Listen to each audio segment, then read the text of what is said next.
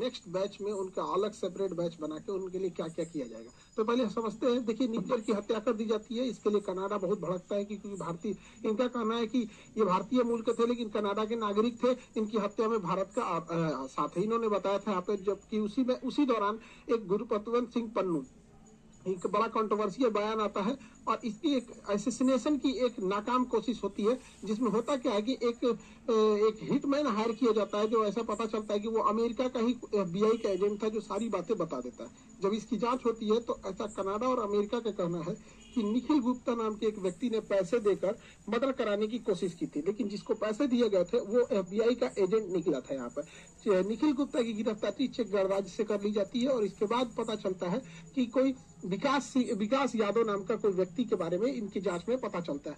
तो अमेरिका ने अपने FBI में मोस्ट वांटेड में डाल दिया है विकास। क्या चीज है? मर्डर के लिए है, मर्डर के लिए हायरिंग करने के लिए, कॉन्स्पिरेसी के लिए, मनी लॉन्ड्रिंग के लिए।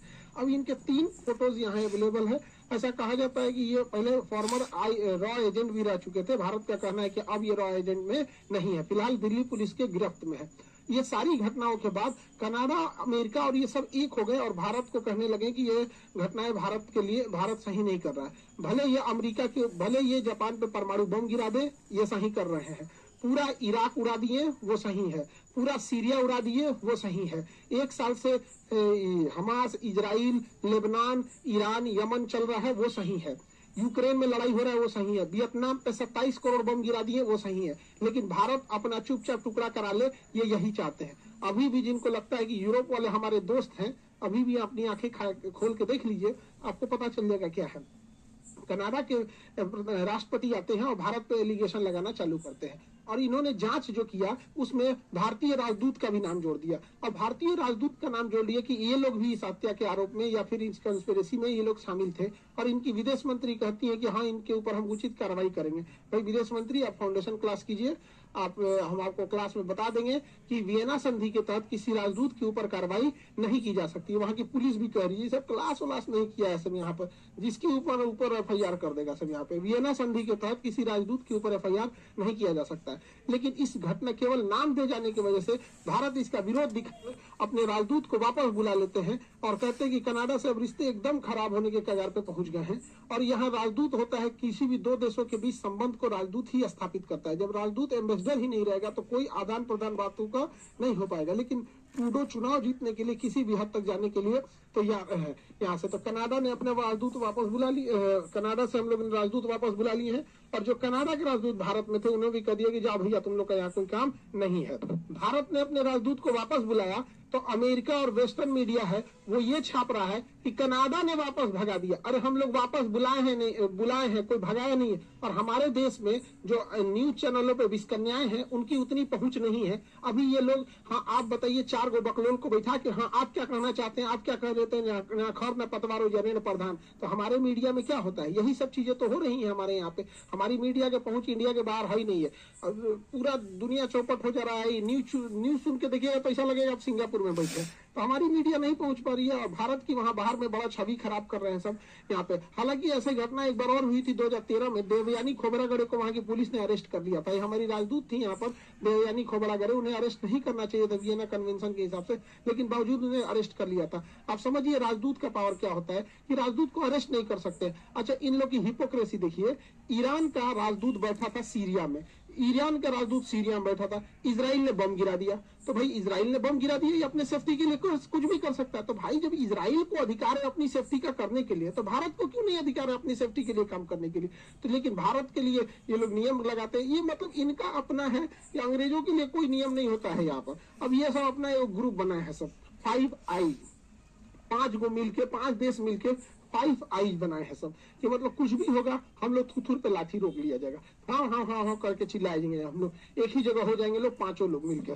कौन है भैया? कनाडा, अमेरिका है यहाँ पर इस एरिया में, ऑस्ट्रेलिया, न्यूजीलैंड है और ये ब्रिटेन है। यहाँ पर यही मोदी जी गए थे तो मोदी जी को बॉस कहा गया था। भारतीय मीडिया देख लो, यहाँ पर अभी बॉस कह रहा था, अभी भारत से कह रहा है कि नहीं, कनाडा से संबंध अच्छे करने चाहिए, भारत को अपनी छवि सुधारनी पड़ेगी, भारत को अपने काम करने के तरीके बदलने पड़ेंगे, यही वाले हैं सब यहाँ पर।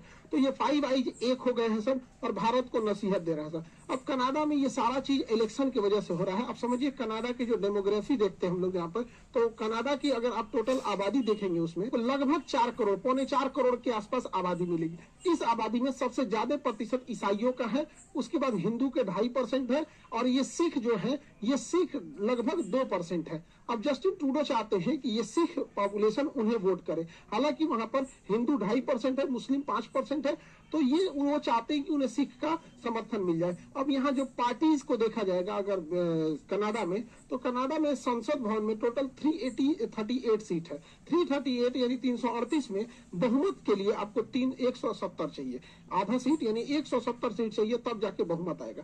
तो 170 सीट के लिए यहाँ अलग अलग पार्टी है। जस्टिन ट्रूडो जो है उनकी लिबरल पार्टी 156 सीट है, तो 156 सीट पे ये सरकार नहीं बना सकते, 170 सीटों की जरूरत होती है। जबकि कंजर्वेटिव पार्टी के पास 118 है, तो दोनों लोगों के पास स्पष्ट बहुमत नहीं है, इसलिए इन्हें गठबंधन की जरूरत पड़ती है। अब ब्लॉक पार्टी के पास 32 सीट है और न्यू डेमोक्रेटिक पार्टी के पास 24 सीट है। न्यू डेमोक्रेटिक पार्टी जो है ये खालिस्तानी सपोर्टर पार्टी है यहाँ पर, और इन्हीं के सपोर्ट से इनकी सरकार चल रही थी। जब इनका गठबंधन था तो इनके पास न्यू डेवलपमेंट पार्टी से, जब गठबंधन डेमोक्रेटिक पार्टी से था, तो इनके पास 180 सीटें थी गठबंधन की वजह से। तो 170 चाहिए, 156 इनका, 24 इनका, तो 180 हो जाता था। लेकिन अभी इनसे गठबंधन टूट गया, तो इन्हें मजबूरी में ब्लॉक से गठबंधन करना पड़ा। तो जब ब्लॉक पार्टी से किए तो 188 हो गया, यानी अभी तो जैसे तैसे इन्होंने सरकार बचा लिया जस्टिन ट्रूडो ने। लेकिन जब इलेक्शन है अगले साल, तो इलेक्शन में देखा जाएगा कि ये चाहते हैं कि ज्यादा से ज्यादा समर्थन मिले। लेकिन भारत के लोग ये ना सोचे कि सरकार बदल जाएगी और लिबरल पार्टी की जगह कंजर्वेटिव पार्टी आ जाएगी तो इन लोगों की चीजें चेंज हो जाएगी। ऐसा चेंज नहीं होगा। ये लोग हमेशा से दूसरे हर देशों को, जैसे वो चाइना को बढ़ा रहा है, चाइना के बदले में इंडिया को तैयार कर रहा है। एक समय था इंडिया को काउंटर करने के लिए पाकिस्तान को तैयार कर रहा था, तो बहुत ज्यादा चेंजिंग नहीं आएगी। हाँ, लेकिन ट्रूडो के नहीं रहने से ये जो बदतमीजी हो रही है, तो ये बदतमीजी सुधर जाएगी यहाँ पर, क्योंकि ना कुछ चीजें जब ज्यादा आउट ऑफ कंट्रोल हो जाती हैं तो कंट्रोल करना बड़ा मुश्किल हो पाता है। तो जस्टिन ट्रूडो अगर नहीं रहते हैं तो थोड़ा बहुत कंट्रोल हो जाएगा यहाँ पर। हालांकि कंजर्वेटिव पार्टी से भी बहुत ज्यादा उम्मीद नहीं लगाया जा सकता है। अब भारत को इसके जवाब के लिए ब्रिक्स देशों को मजबूत करना चाहिए, क्योंकि ब्रिक्स में वही देश है जो कनाडा और अमेरिका की आंख में खटकते हैं। इंडिया है, चाइना है, रशिया है, ये मेन कंट्रोलिंग पावर है यहाँ पर ब्रिक्स देशों में। और यहाँ पर G7 देखेंगे तो G7 की मीटिंग कनाडा में होने वाली है। ऑब्वियस बात है कि भारत कनाडा में G7 की मीटिंग लेने नहीं जाएगा, और अगर चला गया तो शर्म की बात है भाई। क्या जरूरत है जाने की? आपने राजदूत वापस बुला लिया और बदतमीजी से बतिया रहा है, क्या जरूरत है वहां पे? और G7 के बदले हमें ब्रिक्स को इतना हाइप देना चाहिए, इतना हाइप कि G7 ऑटोमेटिक कमजोर होने लगे। इससे अमेरिका को दिक्कत होगा, क्योंकि G7 7 शक्तिशाली देशों का समूह है जिसका लीड कर रहा है अमेरिका, लेकिन ये पतन के कगार पे है। और ये जो ब्रिक्स है ये उभरते हुए शक्तिशाली देशों का समूह है, इसको लीड कर रहे हैं सब तीनों देश, इंडिया, चाइना और रशिया यहाँ पर। तो ब्रिक्स जाएगा तो G7 की वैल्यू घटेगी। अभी दोनों बराबरी पे चल रहे हैं सर, लगभग, लेकिन G7 अपने डाउनफॉल की ओर बढ़ रहा है, तो ब्रिक्स को देखेंगे तो ये अपने अपवर्ड की डायरेक्शन में बढ़ रहा है। तो इसी को कंट्रोल करना बहुत ज्यादा जरूरी है। अगर ये इन्हें छोड़ दिया जाएगा तो अमेरिका, ब्रिटेन ये प्रेशर लगाएंगे किस चीज के ऊपर? कनाडा के ऊपर। रीजन क्या है कि अगर कनाडा को ज्यादा छूट दिया जाएगा तो इंडिया, चाइना, रशिया और ये ईरान ये आपस में ज्यादा करीब आएंगे, जिससे कि अमेरिका को भी काफी ज्यादा दिक्कत होगा। यूक्रेन की लड़ाई वगैरह में भी बहुत दिक्कत होगा। हालांकि यूक्रेन की लड़ाई कुछ दिन की मेहमान है, जैसे डोनाल्ड ट्रंप आएंगे यूक्रेन को दी जाने वाली सारी मदद की राशि को वापस ले लेंगे, उधर रशिया उनका बैंड बजा देगा। लेकिन हाँ, डोनाल्ड ट्रंप के जीतने के बाद इजराइल को भी खुली छूट मिल जाएगी। उसके बाद गाजा पे हमला तो हो ही चुका है, अब लेबनान पे भी हो जाएगा और हो सके तो ईरान पे भी हो जाएगा, क्योंकि डोनाल्ड ट्रंप तो ओपनली कह चुके हैं इजराइल से कि ईरान के जो न्यूक्लियर फैसिलिटी है वहां पर अटैक किया जाए। ये वाला चीज आप समझ गए होंगे। और जो बिहार दरोगा में ऑलरेडी बच्चे सेलेक्टेड हैं, इस बार उनके लिए गोल्डन अपॉर्चुनिटी है, क्योंकि आप 15 साल ड्यूटी करेंगे तो डीएसपी बनेंगे।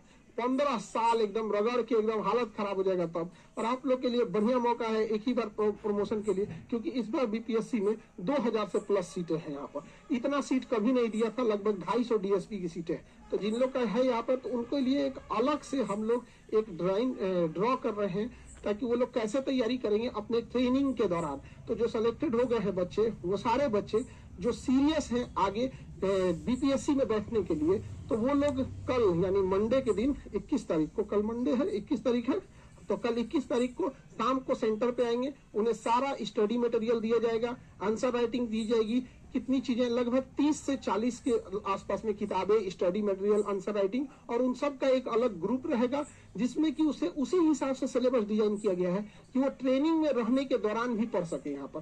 क्योंकि जो यहाँ पे हम लोग रेगुलर बैच में पढ़ा रहे हैं, तो हम लोग ये सोच के पढ़ाते हैं कि बच्चों के पास 8 घंटा 10 घंटा टाइम है पूरा पढ़ने के लिए, तो लेकिन आप ट्रेनिंग में रहेंगे, आपकी ट्रेनिंग टफ होगी और आपको फुर्सत भी नहीं मिलेगा। तो उसी हिसाब से इसे ड्राइंग किया गया है कि अलग अलग सिलेबस को कैसे कैसे देखा जाए, आंसर राइटिंग को कैसे मिला जाए। और वहां पे आप लोग आंसर राइटिंग जमा करके, संडे के दिन आपकी छुट्टी रहती है, आप भेज सकते हैं, कॉपी भी चेक हो जाएगी, सारी फैसिलिटी रहेगी। तो 21 तारीख को, 21 अक्टूबर मंडे इवनिंग में आप सेंटर पे आएंगे, सबको इनरोल करके अपना फॉर्म भर दीजिएगा। वहां पर ये चीजें फ्री ऑफ कॉस्ट है।